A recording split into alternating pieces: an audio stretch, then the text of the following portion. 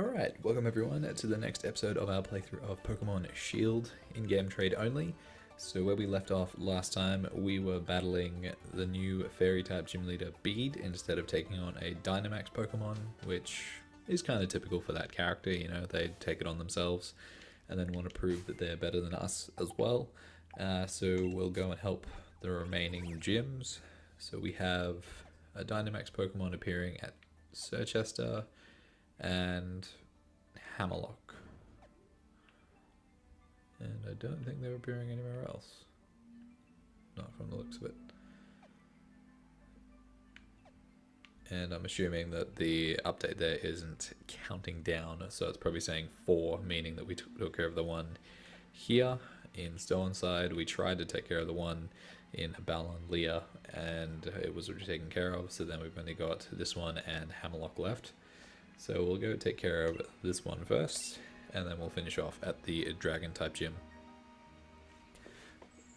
So there are a couple of things that I wanted to talk about this episode. So we're continuing to go through the updates. Wow, I need to go heal. Of what's been going on in Pokemon Go with Niantic reducing the distance for Pokestops from 80 meters to 40 meters in the US and New Zealand as part of them rolling back the pandemic bonuses that came out in 2020.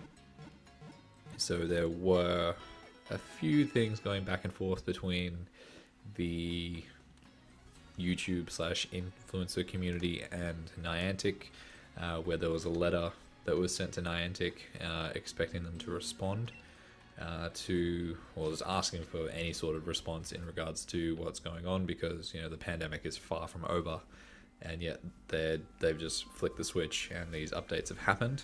And Niantic did respond rather quickly with a sort of a non-answer where they said they're going to be assembling a team to look into it, which it will be interesting to see what comes of it, and they're revealing the result of that on the 1st of September when the season changes.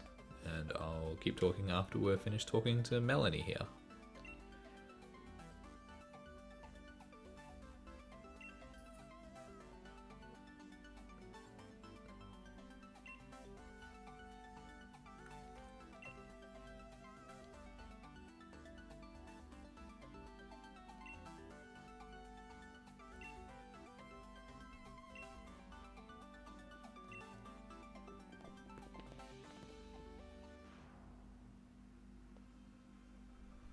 Who we got? Frostlass. So what came of it was that they said they were assembling a interdepartment review panel to look into it. People were a bit upset that, you know, it's so far away, so we're pretty much having to put up with the whole of August, essentially dealing with this.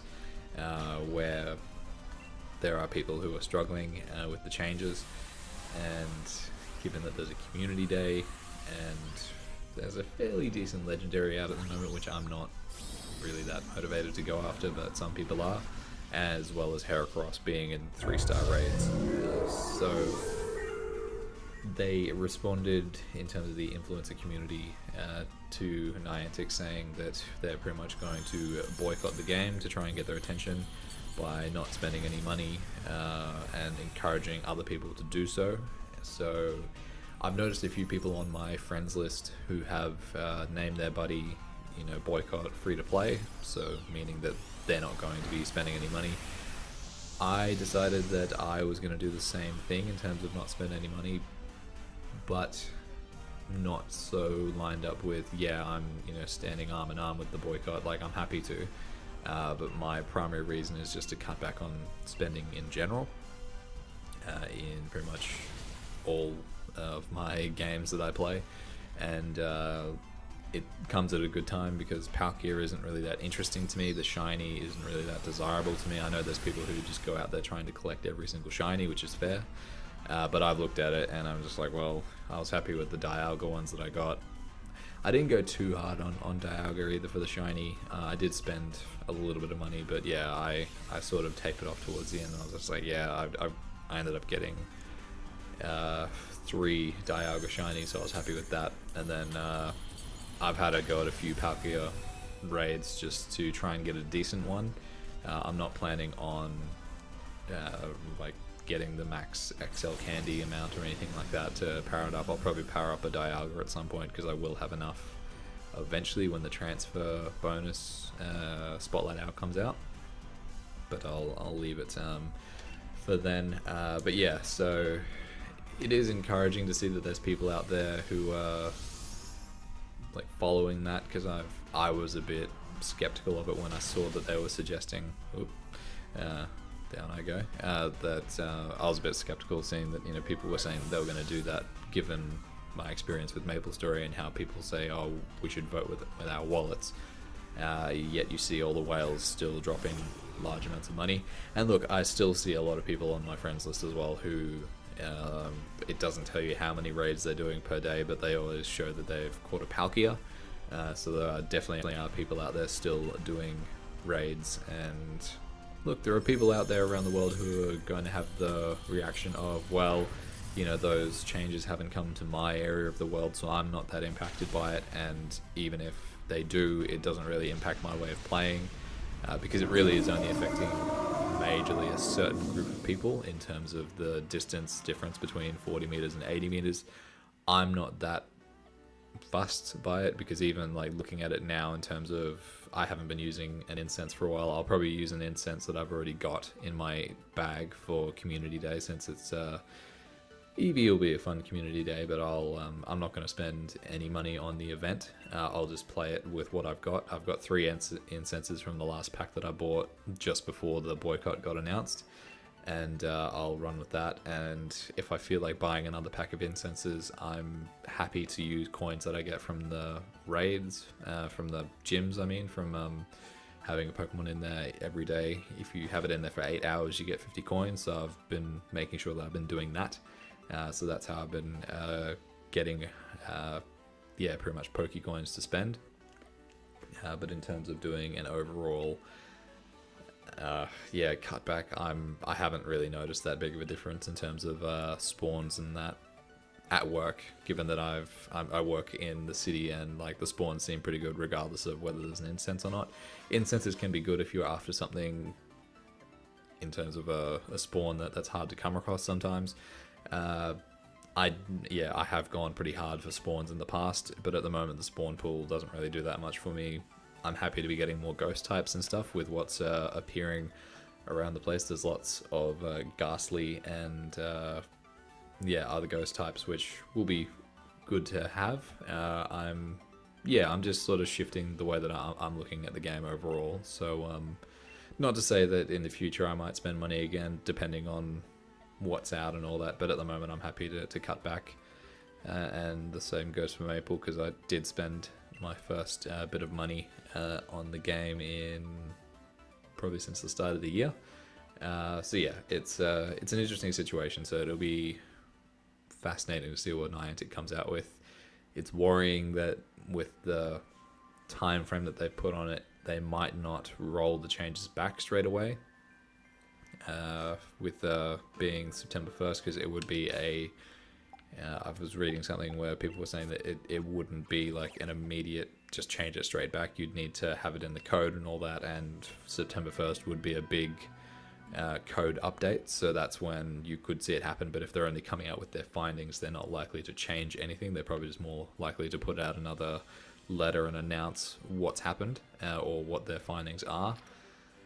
To be honest, I think they will either compromise and meet us in the middle, or just change it back to the 80 meters and then roll back all the other things, because the 80 meters, it's not that game breaking. You know, I can't play for long periods of time from my house. I've talked about it before, where I don't have a Pokestop within reach of my house, even at 80 meters, and I'm sure there's lots of people like that too.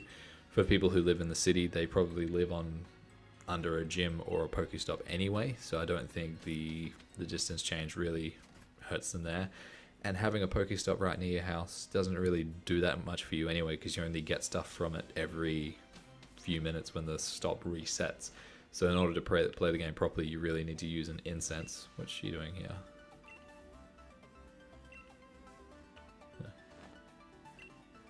Okay, we'll do that after. But yeah, so again, yeah, so they could up it to 60 meters and then maybe people will be happy. I can certainly see the side that people are arguing where the 80 meters is better, because like I certainly enjoy it on my walks where like I don't have to cross the street to battle in a gym or something like that.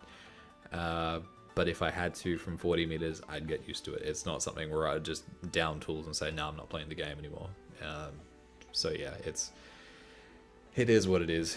It's their game. They can really choose what they want to do with it, and they probably need to get approval from Pokemon and Nintendo in regards to making major changes anyway. So it's a slow-moving machine, unfortunately, with a lot of these companies. Yeah, leave it to us. But yeah, so the other sort of controversies that are going around is what they've done with Heracross, because they released the shiny for Heracross, which I'm more interested in getting over Palkia. So I've been using my free daily raid passes on Heracross instead. I haven't gotten the pink shiny as of recording now, but hopefully I can over the next couple of days. We'll see how we go. But yeah, I went for it for two reasons, because I figured that I don't really want to be trying to host a Palkia raid with my free raid pass, where I'd effectively be forcing people to raid remotely because I don't have a group to raid locally with. And I think it's easier to find like a Heracross raid where there might be someone in it already that you don't have to invite someone else. You might find that there's someone already queuing up for it, so you can just join in. You don't know whether they're doing it remotely or if they're nearby. And yeah, it's a little bit easier to manage, so that's why I'm happy with that. And I do think the shiny for Heracross looks a lot better than the shiny for Palkia, because you can't really tell the difference between a shiny and a non-shiny Palkia. It's slightly different in terms of its color scheme.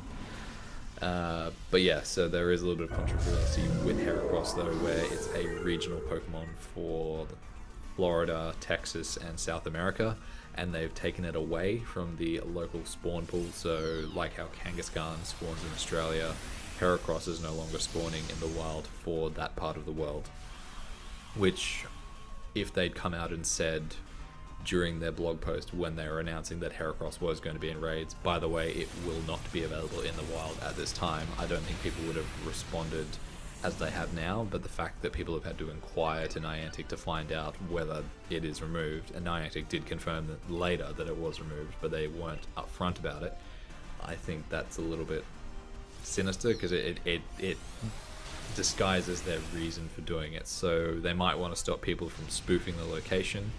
I have come across one or two spoofers recently where they've been changing their location to lots of different places to, I think, find raids as well as, yeah, just different spawns. But to stop people from spoofing to like Florida and getting a Heracross rather than doing it in a raid, you can understand that. It is coming back after it leaves the raids, so it doesn't really bother me because Heracross doesn't exist in Australia anyway, so the only way I can get it is through raids.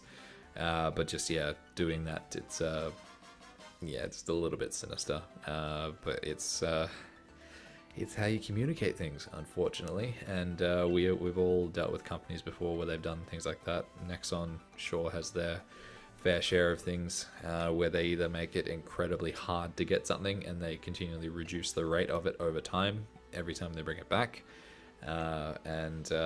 They weren't upfront about that until they got caught out and started showing the chance rates, and even then they started dropping the rates even further, which is a bit rude. But yeah, so a couple of fires burning at the moment for Pokemon Go. I still am playing fairly actively. It's all free to play though, so the only thing they're really benefiting from me is like my adventure sync locations though, showing like how much I'm walking around. But even with that, I don't really care. Like my phone's probably already being tracked by Google and all that, so what's the difference giving that info to Niantic as well? I know that they can benefit off selling that information, but yeah, whatever. So yeah, I've been playing a fair bit. Haven't gotten the shiny Heracross, haven't really gotten any of the the shinies for anything that's out at the moment. I'd love to get like a shiny Ghastly or one of them, because Mega Gengar looks awesome in the shiny. But yeah, that'll be something that I go after. And speaking of Megas, that's actually something that I'm more interested in as time's gone by. So I didn't realize it, and there's lots of little hidden things within the game that, you know, I picked it up in reading in forums about how Megas actually work, because I do see them in the 5-star raids that I do, but in terms of how people go about, I'm just going to go heal before, well, maybe we don't actually need to heal, let's just go speak to her, how people have Megas in raids, and I was wondering, you know, are they just constantly doing these raids to get energy? Like, I know you can get energy from different places like research and all that, but I didn't realize that you can just get it from just walking a Pokemon that you've already Mega evolved. So I'm interested in just collecting all the Megas that come out, doing them enough so that I can walk them, and then I can have a storage of Mega energy to Mega Evolve whenever I feel like it. So I'm doing a Venusaur at the moment because I've Mega Evolved a Venusaur before. I've done a Beedrill, and I think I've done a Pidgeot. But yeah, so and I've just Mega Ampharos is out at the moment, so I've done enough Mega raids there to do that too. So yeah, I think Megas are pretty cool. I'd love to see them bring Dynamax in, as you know, with the game that we're playing, you know, Dynamax is a big thing. And Z moves eventually, but I don't know when we'll see the Gen 7 stuff, given that, yeah, they've kind of hopped over How and Gen 7 to go straight to Galar with Gen 8. But yeah, that is what they've decided to do to keep things a little bit fresh. But hopefully we see those things in the game as well, and you can do the same sort of thing in terms of building up Mega energy by walking, you know, building up Dynamax energy, and the like there. But I'm sure that'll be well into the future when they bring that out. These two weirdos, they really creep me out. Yep.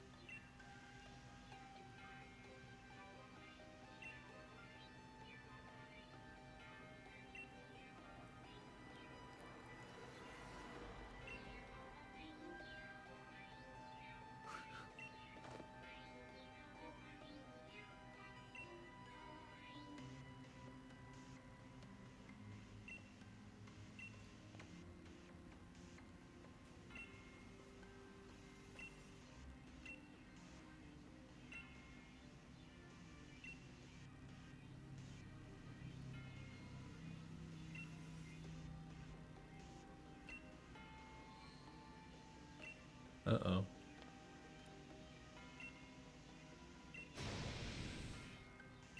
Okay.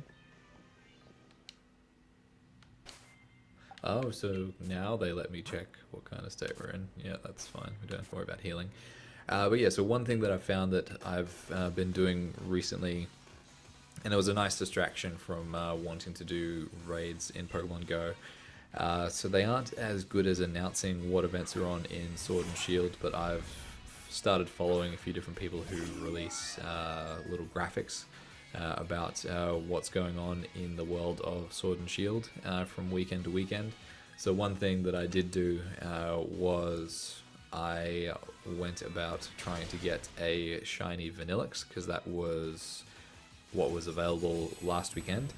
And yeah, so I haven't really gotten involved in that. I tried to go through the Copperaja one, I might have mentioned that previously, but I didn't end up actually finding a 5-star raid with a Copperaja. I think it was like a 2% chance to encounter one anyway, and it's the same rate for Vanillix this time, but you didn't have the non-shiny version in the raids as well, so it meant that if you found a 5-star Vanillix raid, is it Vanillix or Vanillish? I think it's Vanillix.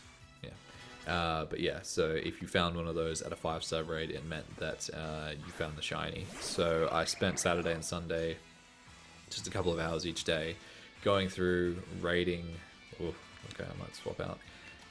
Raiding dens, collecting energy from all of them, and building up points there, because I don't think I've unlocked everything that's available in the Isle of Armour for my main playthrough. So yeah, doing all of that, and I did end up getting it on the Sunday, so I was quite happy with that.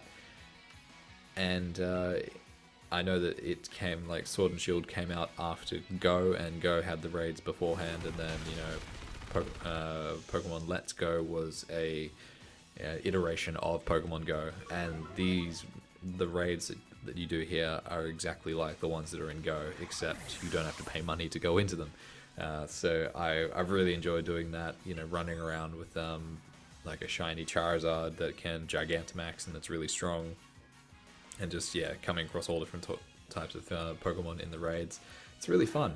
So, like, while I wouldn't see myself doing it all the time, it's certainly something that I've enjoyed doing, especially as a distraction, yeah, to stop spending money on Go, but also still to feel like you're doing some raids and going after shinies and all that. So yeah, I'll certainly try and pay attention to what else comes out, and yeah, it's a unique way to get, well done, a number of shinies that I normally wouldn't consider going for.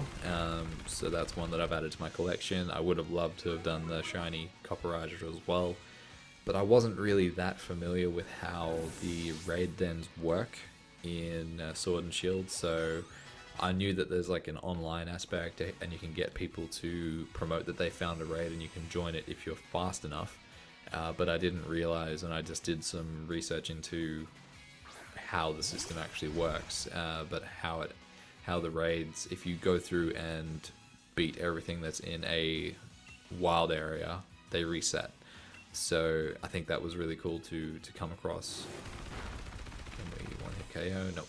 So just being able to do that and feeling like I'm just still getting more out of the game, and it's nearly 2 years old, I just really enjoyed. Wow, that's really cool that he didn't faint there. Huh. All right, let's finish him off then. But yeah, so that was really cool to play through and do that, and hopefully they don't do one on like a community day. I'll need to check if they're doing something this weekend, since it is Eevee Com Day, and I do want to farm lots of shiny Eevee that I can share around in Go and then into Sword and Shield as well, because I do have a shiny Umbreon, but I would like to get like a few different, well, pretty much every shiny available for Eevee would really be cool in all the evolutions. Huh. So we've beat him now. We can go up the top and see what his brother's up to. So yeah, they do have a bad habit of having these events crisscross, so doing, yeah, lots of events on the same day. So like there might be like a TCGO competition going and a VGC competition going, and then they'll have the shiny out in Sword and Shield, and then they might have a community day running in Pokemon Go, and they'll probably have events running in Masters and Unite all at the same time, and you really have to prioritize what you want to do, which is a bit unfortunate in the way they've designed it. I might go and heal before I go up there, because we might already have some stuff here. Let's check. Stop being lazy, Lewis. Just go up and heal yourself. But yeah, so it's unfortunate that you really have to choose what you want to do, and it's a weekend, so you know you can only do so many things. So if it's not, you know, Pokemon doing all of those different things, then it might be other games that you play having different events on, because they're all trying to compete for your attention. Like Grand Theft Auto Online does it with all their offerings each week in terms of new cars to unlock and different things. Like every game that's acting as a game as a service that doesn't really have a solid ending to it, they'll always try and draw you back in, because then they've got your attention and hopefully you are more likely to spend money on their game. rather than anything else. But that's just that's the way the game's going these days. So you don't have a. I guess Pokemon Snap is probably a game that does have a solid ending, even though they have brought the DLC out, which I'm actually starting to play through, and I put an episode out earlier in the week of the first one. So I thought that was really cool to experience that, and the fact that it's a free DLC and all that. Again, trying to get people's attention. Ooh, it's Zacian.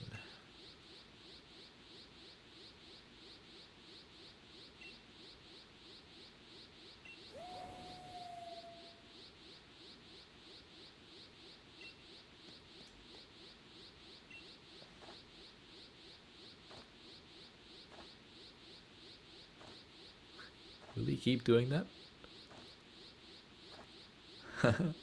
He'll keep on shaking his fist until I push. Okay, there we go.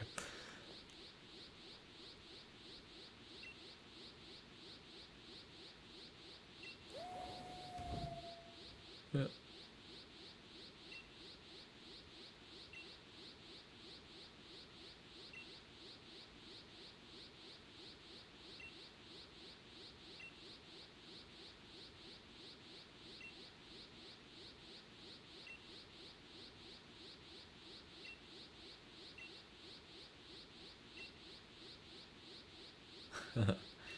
Why? Because I'm now the unbeatable champion?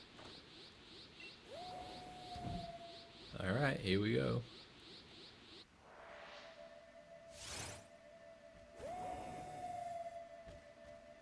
I can't remember, is it actually going to let me attack it?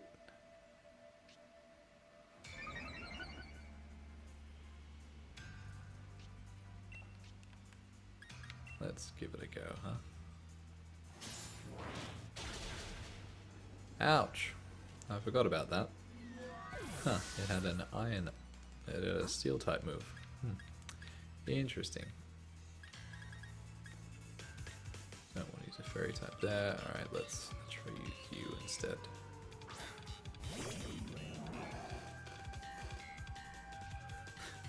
Thinking about camping.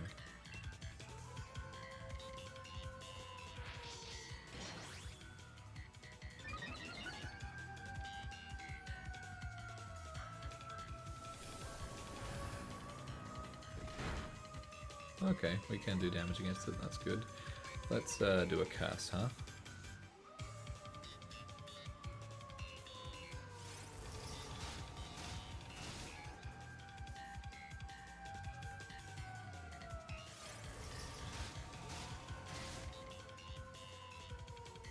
There we go. Guess I could have burnt it as well. It's just gonna keep on building up that attack, huh?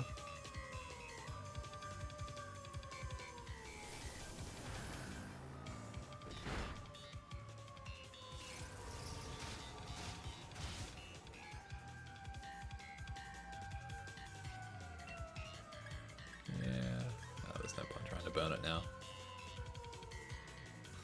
Oh dear, you can't attack him.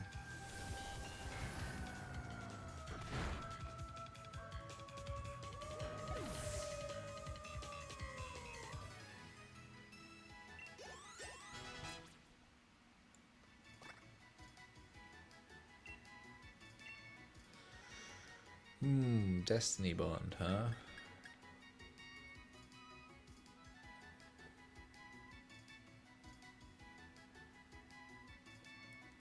Its chance of failing rises if it is used in succession. Yeah, whatever. It's a cool move. I guess Maskey's, yeah, a different type of setup, but yeah, Destiny Bond is an interesting one.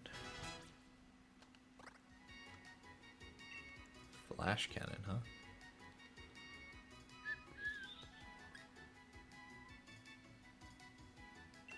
Yeah, get rid of laser focus.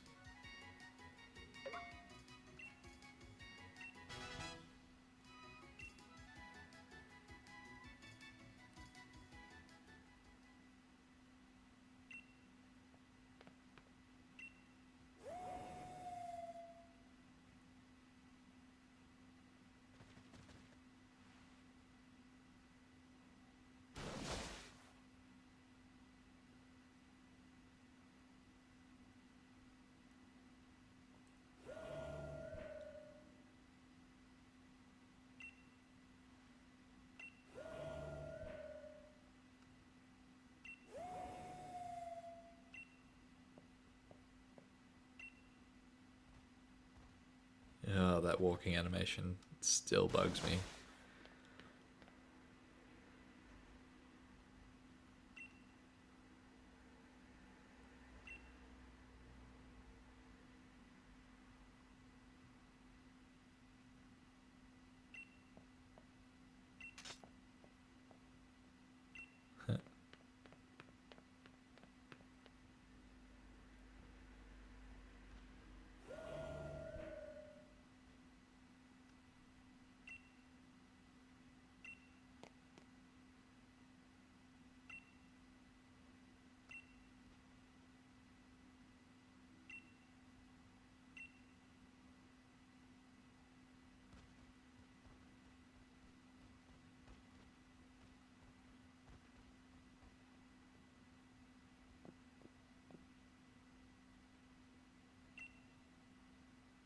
You took complete control of the situation.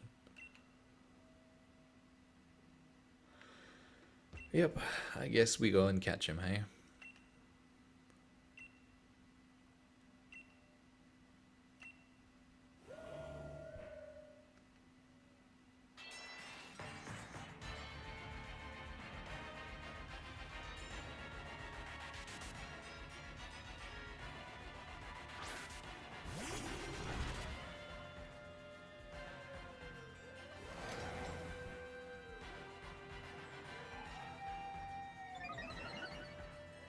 I'm at a loss as to whether we just use the Pokeball or not. We don't really have that many options. Yeah, let's just use a Master Ball.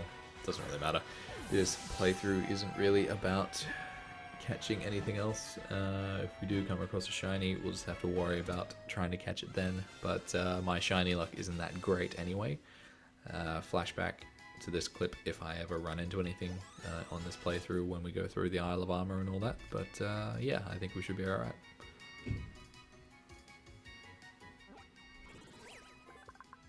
Zamazenta in the Pokedex. Warrior, fighting type. No. Send to box, because we don't need to use him.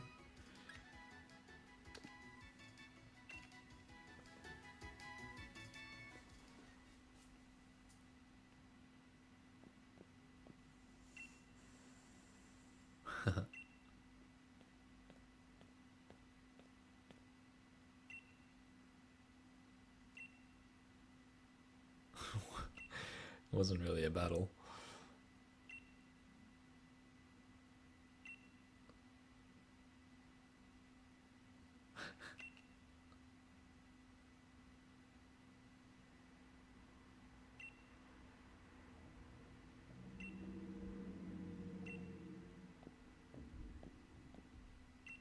Because I beat everyone?